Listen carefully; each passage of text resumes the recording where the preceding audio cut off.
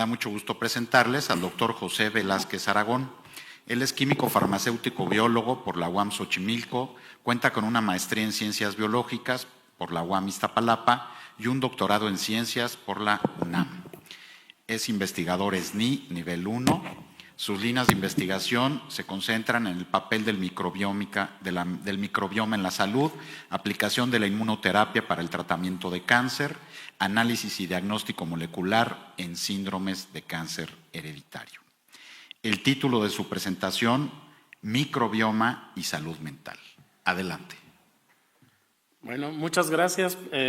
Gracias por la invitación. Pues es un gusto y un honor poderles presentar y pues bueno, siempre me va a dar gusto poder platicar como de las cosas que se trabajan en el laboratorio y pues en realidad son temas que me gustan y que me apasionan y entonces pues bueno, siempre es una alegría como poderlo compartir, ¿no? Entonces muchas gracias por la oportunidad y bueno, afortunadamente en las pláticas previas pues ya me ahorraron mucho de la introducción y como de lo que les pensaba platicar, entonces no les voy a quitar tanto tiempo como repitiendo como cosas probablemente desde las presentaciones de ayer y las que van de hoy, pues bueno, han visto esquemas muy similares. Vamos a hablar sobre la microbiota intestinal, ¿no? Y el efecto que puede tener en la salud mental y en enfermedades neurodegenerativas y también en trastornos del comportamiento, ¿no? Entonces, bueno, ya de una manera muy resumida y se los voy a comentar de manera muy rápida, sobre todo porque digo, pues ya hice la diapositiva, pues ahora se las platico, ¿no? Entonces, pues bueno, pero yo creo que todos ya estamos como en esta, sí, como en este carril, ¿no? De que sabemos qué función tiene la microbiota intestinal, ¿no? Sabemos que tiene que ver con la nutrición y el metabolismo, ¿no? Desde la producción, por ejemplo, de vitaminas o aumentar la biodisponibilidad de minerales, por ejemplo, como el hierro, calcio, magnesio. Sabemos que tiene una función de protectora, ¿no? De servir como una barrera y regular el crecimiento de bacterias patógenas, regulación del sistema inmunológico y pues la síntesis y la modulación de neurotransmisores. Y bueno, también ya justo el doctor hace un momento nos estaba platicando del eje microbiota intestino-cerebro. Yo creo que pues no tiene ya tanto sentido como volverles a repetir la información que les acaban de dar, pero bueno, sabemos que tiene que ver, ¿no? Con la interacción que existe de la microbiota, el metabolismo, ¿no? En general los genes funcionales metabólicos que están presentes y que pues nos van a poder regular, ¿no? Desde vías neuronales, vías inmunológicas, vías endocrinas, ¿no? Ya mencionaban, por ejemplo, que regula las incretinas y el GLP-1 y también regula ciertas vías metabólicas. Entonces, otra lámina con más o menos la misma información en donde ponemos cuando existe disbiosis, ¿no? Una desregulación de la microbiota y el estado de homeostasis. Ya lo explicó con varias láminas y de una muy buena manera el doctor, entonces pues no voy a competir con él, ¿verdad? Entonces aquí se los doy muy resumido y a lo mejor esto nos permite como tener más tiempo para comentar otras cosas ya relacionadas específicamente con la salud mental. Entonces, bueno, ya vimos que en el eje microbiota intestino-cerebro está desde la producción de ácidos grasos de cadena corta, que sabemos que tiene que ver con la inflamación y la neuromodulación. Por ejemplo, el paso del lipopolisacárido, ¿no? Que está presente en las bacterias, ya lo comentó el doctor. Y pues bueno, también con la permeabilidad intestinal, la producción de citocinas y la síntesis de neurotransmisores. Entonces, bueno, aquí en esta lámina pues les quería presentar un poco, ¿no? Como las vías que están afectadas, pero pues que ya afortunadamente fueron explicadas muy bien en la plática previa. Y entonces ahora sí ya pasamos como un poco más al tema específico de la plática. Y pues bueno, aquí vamos a hablar un poco de cómo podemos ligar la fisiopatología de las enfermedades que pueden ser neurodegenerativas, psiquiátricas o del comportamiento, con la microbiota intestinal. Es decir, porque de hecho yo cuando empecé, cuando me enteré, ¿no?, de estos temas, yo no encontraba, es decir, a mí me sorprendió mucho yo como me encontré con esto, fue que yo leí que en el trastorno del espectro autista tenía que ver con la microbiota intestinal. Digo, esto ya tiene varios años. Y la verdad, en ese momento no era algo común y me llamó mucho la atención. Y yo decía, bueno, ¿qué tiene que ver las bacterias que están en el intestino con una enfermedad del comportamiento, ¿no? Pues como que tiene unas manifestaciones como tan alejadas, ¿no? Y obviamente, pues bueno, afortunadamente ya existen como la explicación, ¿no?, y la relación fisiopatológica con la enfermedad. Y bueno, pues aquí, ¿no?, sabemos que existen diferentes estudios, ¿no?, que han establecido los efectos y los mecanismos de la microbiota intestinal con enfermedades que están relacionadas en general al funcionamiento del sistema nervioso central. Y bueno, la gran mayoría de la información proviene de modelos animales, pero también ya existe mucha información y existen excelentes trabajos realizados en humanos, ¿no?, y que pues en general reafirman o confirman los hallazgos y la información más fina que hemos podido obtener a través de los modelos animales. Entonces, por ejemplo, dentro de las enfermedades neurodegenerativas, pues, y aquí nada más estoy poniendo unos ejemplos, pero en realidad hay para muchas más enfermedades, pues está, por ejemplo, estudios referentes a la enfermedad de Huntington, a la esclerosis múltiple o, por ejemplo, la enfermedad de Parkinson. Dentro de los psiquiátricos sabemos que está bien descrito, ¿no?, en el trastorno depresivo mayor y en la esquizofrenia, y en alteraciones del comportamiento, pues sabemos en el trastorno del espectro autista y también en el déficit de atención con hiperactividad. Entonces, pues bueno, les voy a platicar, ahorita ya tengo un poquito más de tiempo, ¿no? Y les voy a platicar, yo pensé que esto lo tenía que hacer como mucho más rápido, afortunadamente lo voy a poder hacer con un poquito más de calma, y poner unos ejemplos, ¿no? Aquí, por cuestiones de tiempo y pues bueno, no nos podemos explayar en cada una de las enfermedades y de todos los trabajos que existen, pero vamos a tomar unos ejemplos que me parecen muy interesantes y recientes, ¿no? Entonces, por ejemplo, para hablar de enfermedades neurodegenerativas, podemos hablar o tomar como ejemplo la enfermedad de Parkinson, y aquí nada más les estoy presentando dos trabajos recientes, ¿no?, en donde, por ejemplo, en el primero, en esencia, si resumiéramos sus hallazgos, es que la microbiota de pacientes que tienen enfermedad de Parkinson, cuando la microbiota es transferida a ratones, ¿no?, a ratones modelos de la enfermedad de Parkinson, aumenta la disfunción motora.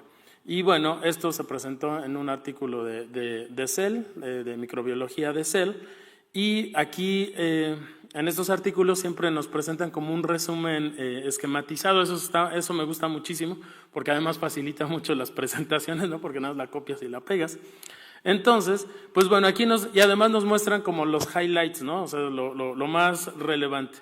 Y entonces aquí tenemos la microbiota típica de los ratones, de estos ratones que son un modelo de la enfermedad de Parkinson, y ellos se dan cuenta que a través de la señalización y de la alteración de los ácidos grasos de cadena corta, actúan y activan a la microglía, lo cual genera una disfunción motora.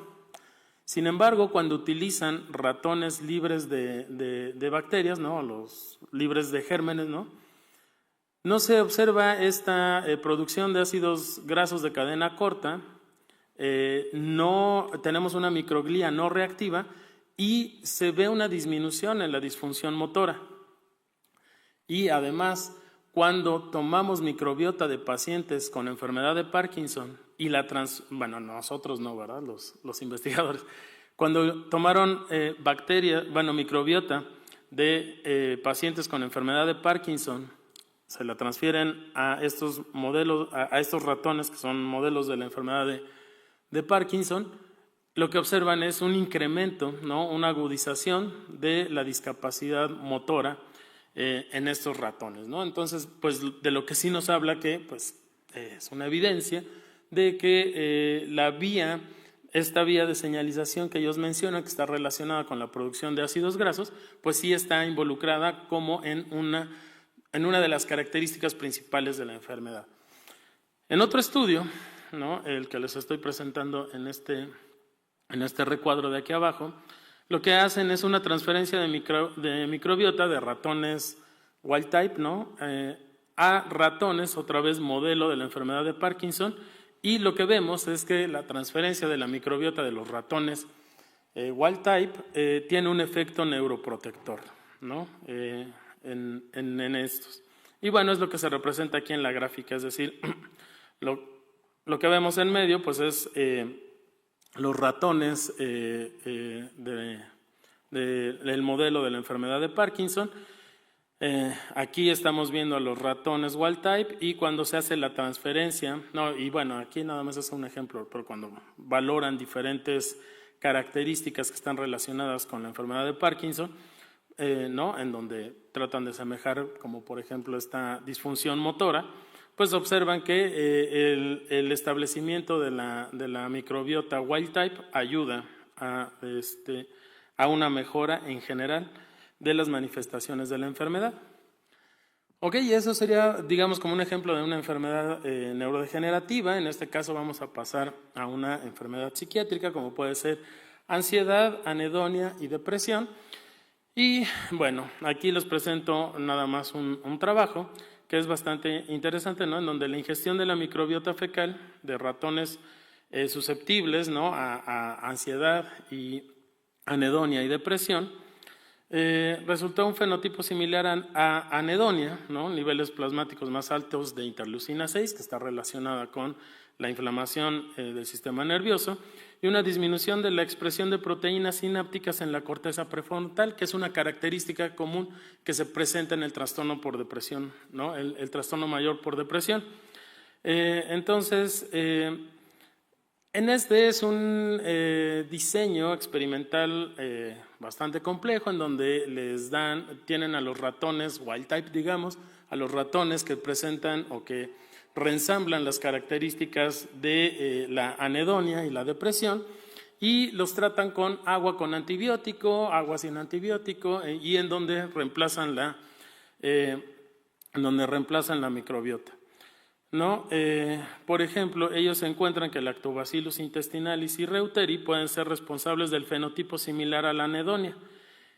Y aquí me parece que es como todavía lo más interesante del artículo. Cuando hacen una vagotomía, es decir, toman esos ratones y cortan el nervio vago de manera subdiafragmática, pues ven que los efectos que generaba la microbiota asociada a la depresión ya no se observan en el sistema nervioso de estos ratones. Es decir, la comunicación sí pasa directamente del intestino al sistema nervioso central a través del nervio vago, por lo menos en estos ratones. Y bueno, ya en un ejemplo en humanos, aquí me parece un trabajo muy relevante, dado que la cantidad de individuos involucrados en un estudio en donde tienen 1054 casos y 1070 controles, pues se encuentran que Fecalibacterium y Coprococcus, ¿no?, que son géneros productores de butirato, se encuentran consistentemente asociados a una mejor calidad de vida en pacientes con trastorno con trastorno mayor depresivo, y ven que Dialister y Coprococcus están depletadas en el caso de la depresión. Y se dan cuenta que hay al hacer el estudio funcional, sobre todo un metabolito que está asociado a la dopamina, pues correlaciona positivamente con la calidad de vida mental, y este metabolito está relacionado con la producción de GABA en la depresión. Sabemos que GABA es un neurotransmisor que ayuda a modular la ansiedad, y sabemos que la depresión mayor tiene un origen ansioso, y pues bueno, aquí podemos ligar y ya ver en un ejemplo en humanos pues la relevancia y el efecto del microbioma intestinal. En otra enfermedad psiquiátrica, ¿no? La esquizofrenia, ay, se me movió, bueno, en la esquizofrenia, este trabajo todavía me sorprendió muchísimo, más bien la cantidad de casos y de controles, es una corte enorme, ¿no? Estamos hablando de 77,000 casos y 53,000 controles, en donde además tienen datos genómicos y tienen datos de microbiota. Hacen un estudio que probablemente han escuchado, que es la aleatorización mendeliana, ¿no? En donde también se toman datos genéticos como para aleatorizar la muestra, y también hacen un abordaje muy interesante, porque ellos dicen, ok, vamos a decir, ¿qué sucede primero?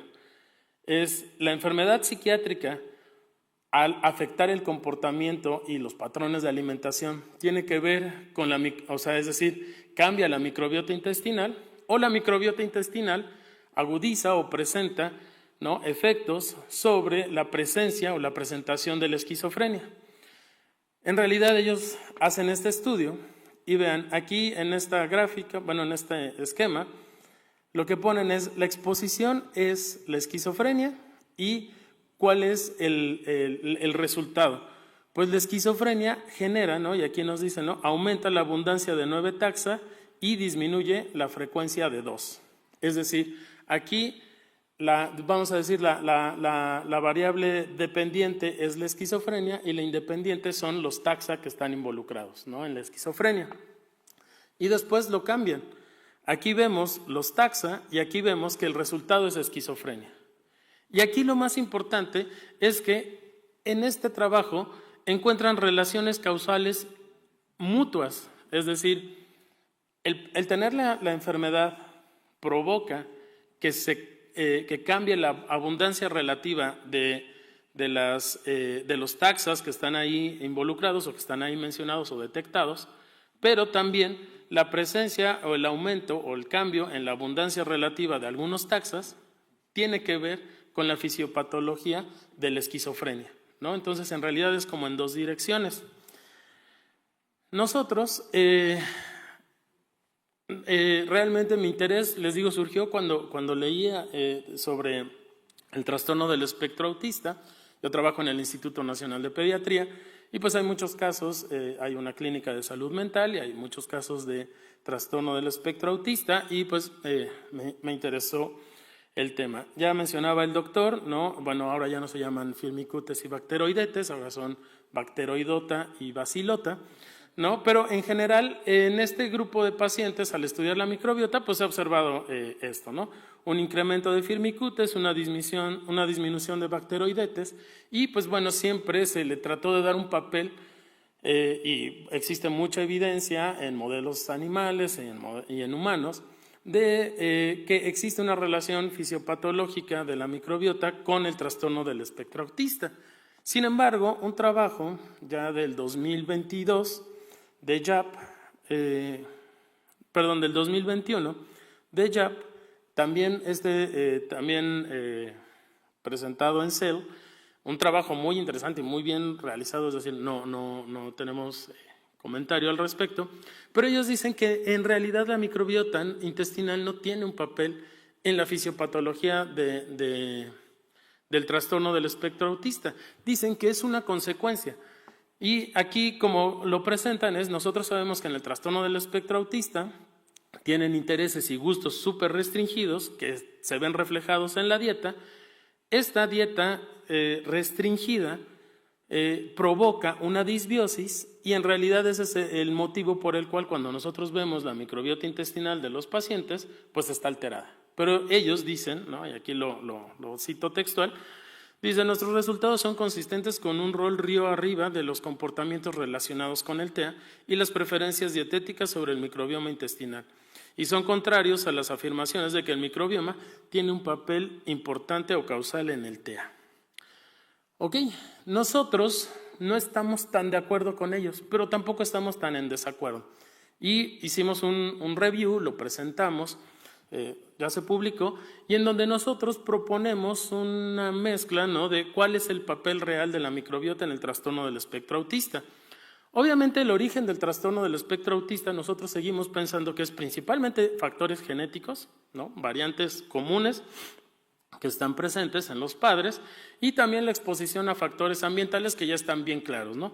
Consumo de ciertos medicamentos, infecciones durante el embarazo, edad paterna avanzada, y esto es lo que va a provocar que se presente el trastorno del espectro autista, es decir, ese es realmente el origen del trastorno.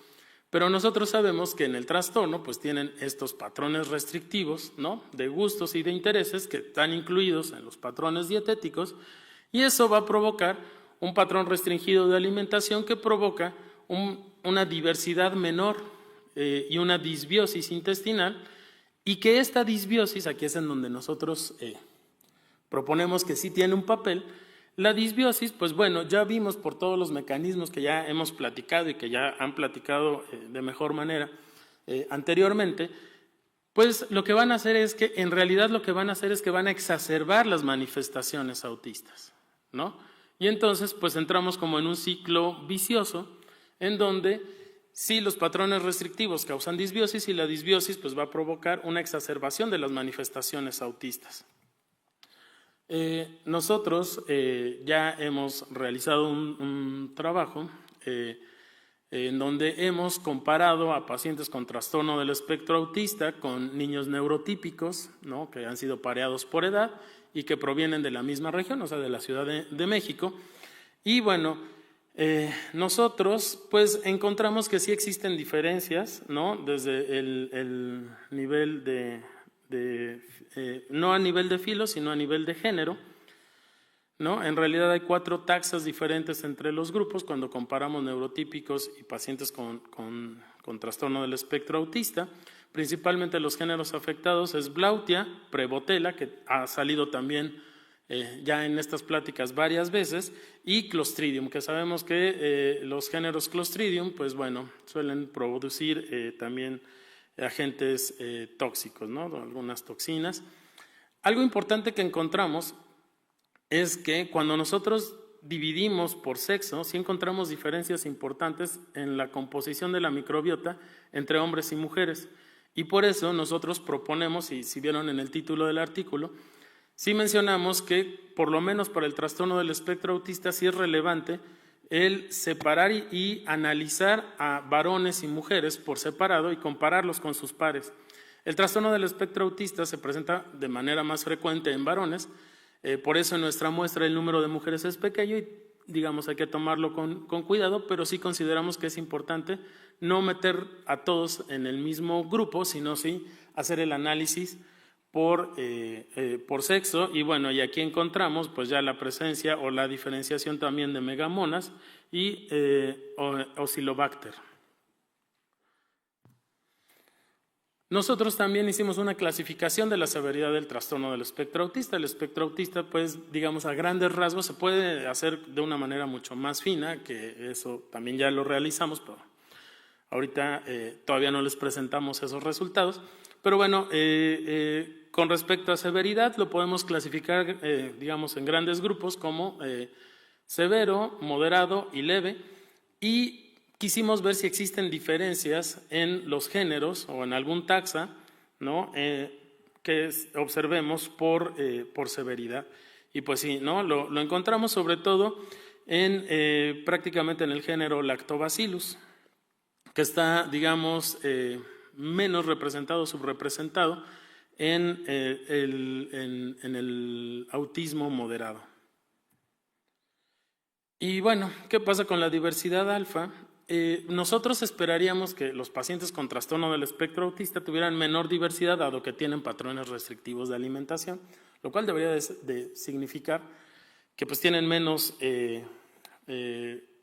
o que deberían de tener menos diversidad, ¿no? Su microbiota debería de estar reducida porque pues tienen una preferencia muy exclusiva de ciertos alimentos. ¿Qué fue lo que encontramos? Pues bueno, nosotros lo hicimos a través de los 3 índices más utilizados. Aquí vemos el de CAO. El de CAO es un índice que mide la diversidad, pero se concentra sobre todo en las especies que son raras. Y lo que encontramos es que existe una diferencia significativa en la diversidad, en donde observamos que los pacientes con trastorno del espectro autista tienen más especies raras. Sin embargo, cuando nos vamos ya sea en el índice de Shannon, que es como más amplio, o en el de Simpson, que ve específicamente, o se concentra, no específicamente, pero se concentra principalmente en géneros que son comunes, lo que observamos es que los controles tienen menos diversidad que los pacientes con el trastorno del espectro autista, lo cual sí nos hace preguntarnos, es como algo incidental, pero sí nos hace preguntar cómo están comiendo los niños neurotípicos de la Ciudad de México. No sé en otros lados, pero en la Ciudad de México, o sea, que tengan una diversidad que sea, no es estadísticamente significativa, pero en las gráficas pues sí se alcanza a notar. Y dices, y uno espera que un paciente con trastorno del espectro autista de verdad tenga sí una reducción en la diversidad. Entonces, bueno, ese es un comentario como aparte y como algo incidental que observamos. Y ya finalmente para terminar, porque ya se nos acaba también el tiempo, es si funcionalmente existe una diferencia, es decir, ya vimos que taxonómicamente sí existe. Nosotros en ya se nos me acabó el tiempo. Bueno, les digo, sí hay una diferencia funcional. Está hecho esto a base de 16S, en nuestros nuevos trabajos ya hemos hecho metagenómica, análisis shotgun, encontramos más o menos lo mismo, pero vean, lo importante es que encontramos que las vías afectadas son los ácidos grasos de cadena corta, la síntesis de aminas y poliaminas que dan origen a neurotransmisores y la fermentación de fibra, ¿no? Que es pues, importante para la producción de ácidos grasos de cadena simple. Y pues bueno, eso hace mucha correlación pues con lo que prácticamente habíamos mencionado y creo que los resultados pues se ajustan un poco al modelo, ¿no? Bueno, no, se pueden ajustar al modelo que proponemos del rol de la microbiota en el trastorno del espectro autista y pues agradecer a todos los involucrados y pues bueno, otra vez muchas gracias por la invitación y pues nada más. Gracias.